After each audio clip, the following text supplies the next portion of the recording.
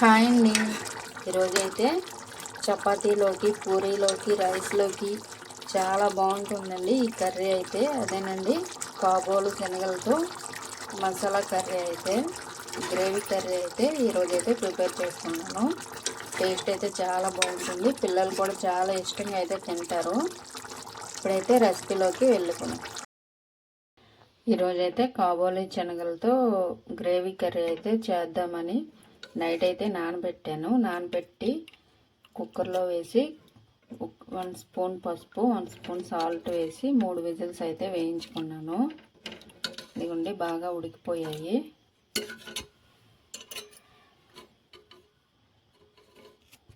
చాలా బాగా అయితే ఉడికిపోయాయి. ఇప్పుడైతే దీనికోసం గ్రేవీ అయితే ప్రిపేర్ చేసుకున్నాం.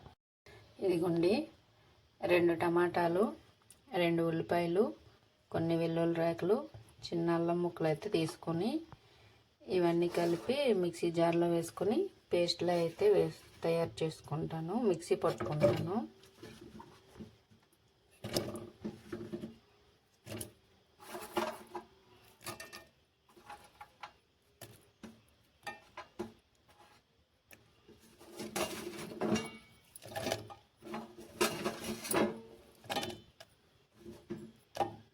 మెత్తని పేస్ట్లో అయితే మిక్సీ పట్టుకుంటాం. ఇదిగోండి కళాయి పెట్టుకుని ఆయిల్ అయితే వేసుకున్నాను. ఆయిల్ కూడా వేడెక్కింది. ఇప్పుడైతే పోపు దినుసులు అయితే వేసుకుంటాను. దీనిలోనే ఎండుమిర్చి,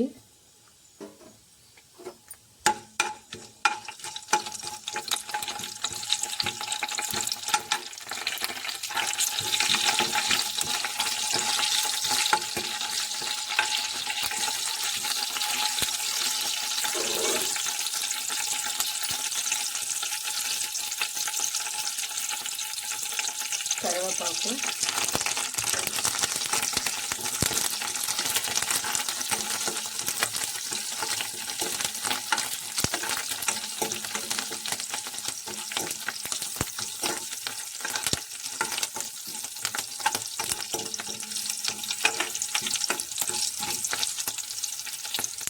ఇప్పుడైతే మనం ప్రిపేర్ చేసుకున్న పేస్ట్ని అయితే వేసేసుకున్నాం. ఇదిగోండి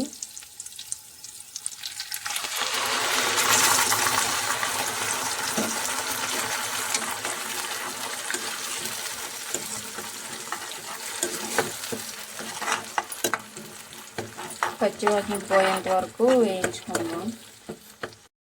ఇదిగోండి ఆ పేస్ట్ అంతా బాగా వేగాక నేనైతే కొంచెం నీళ్ళు అయితే పోసుకున్నాను. అదైతే వీడియో క్లిప్ మిస్ అయిపోయింది. వాటర్ అయితే పోసుకున్నాను. కొంచెం వాటర్ అయితే వేసాను. ఇప్పుడు ఇందులో అయితే 1 స్పూన్ పసుపు, 1 స్పూన్ కారం, గరం మసాలా పౌడర్,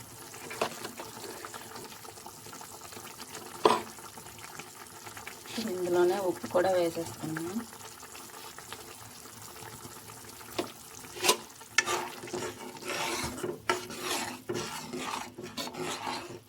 ఇప్పుడు ఉడికించి పక్కన పెట్టుకున్న కాబోలి శనగలు కూడా ఇందులో వేసేసుకున్నా.